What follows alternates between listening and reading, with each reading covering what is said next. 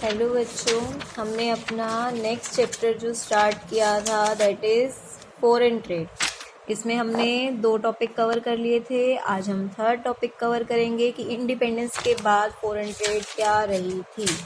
तो देखिए, इसमें आपको बुक में काफ़ी कुछ दिया हुआ है। इस टॉपिक को बस एक बार रीड आउट अच्छे से कर लेना। जो समझने का है वो मैं आपको समझा देती हूँ, क्योंकि इसमें लर्निंग वाला ज़्यादा है, समझने वाला कम है। इन्होंने बोला under planned programmes of development India's foreign trade recorded a noticeable.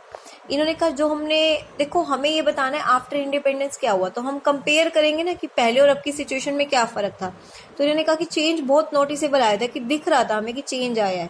अब वो चेंज को जानने के लिए हमें वॉल्यूम पढ़ना होगा, कंपोजिशन पढ़ना होगा, डायरेक्शन, क्योंकि फॉरेन ट्रेड में तो यही 3 चीज़ें हैं, ठीक है ना, कि कितना आउटपुट कर रहे हैं, किस तरह का कर रहे हैं, किस तरह के प्रोडक्ट को हम कर रहे हैं और किस कंट्री के साथ कर रहे हैं, ये तीनों चीज़ें।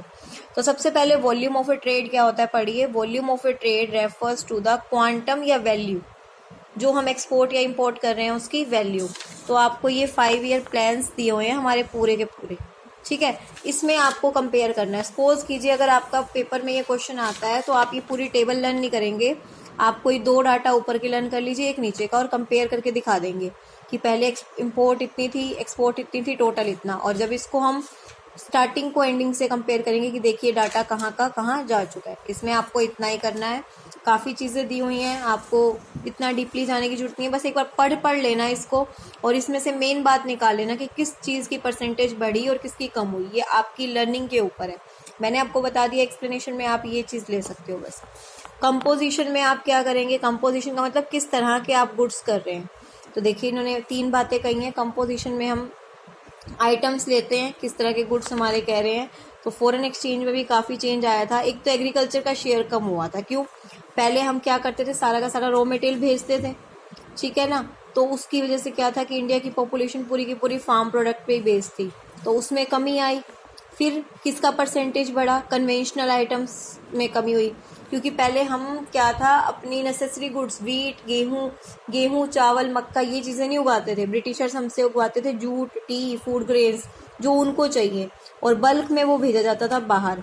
तो अब जब हम इंडिपेंडेंट हो गए हैं, फ्री हो गए हैं, तो हमने इसमें भी कमी करी, और हमने किसके परसेंटेज को बढ़ाया, मैन्युफैक्चर गुड्स में हम लेके आए, ठीक है।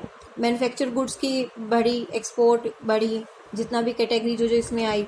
तो आपको जस्ट इसमें ये पढ़ना है कि किसका हिस्सा कम हुआ और किसका बढ़ा, तो यहाँ से हो जाएगा क्लियर, ठीक है। फिर डायरेक्शन ऑफ ट्रेड में आपको क्या करना है, किस किस कंट्री के साथ आपका कितना कंट्रीब्यूशन रहा है। इन्होंने पहले बताया एग्रियन इकोनॉमी के बारे में बताया। एग्रियन इकोनॉमी क्या होती है, जो पूरा का पूरा एग्रीकल्चर पे बेस्ड होती है।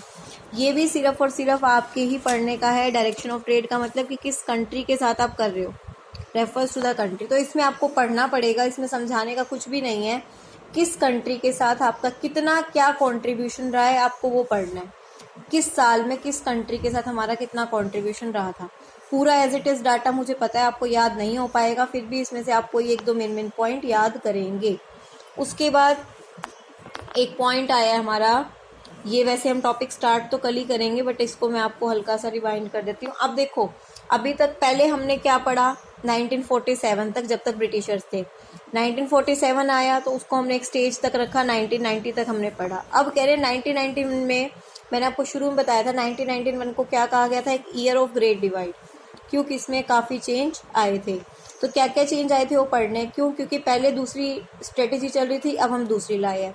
अब हम किस पे आए हैं, इनवर्ड लुकिंग ट्रेड स्ट्रेटेजी, यानी कि हम खुद की स्ट्रेटेजी बनाएंगे, दूसरी कंट्री पे हम नहीं होंगे। हम एक्सपोर्ट प्रमोशन को बढ़ाएंगे, एक्सपोर्ट ज़्यादा, इंपोर्ट को रोकना था।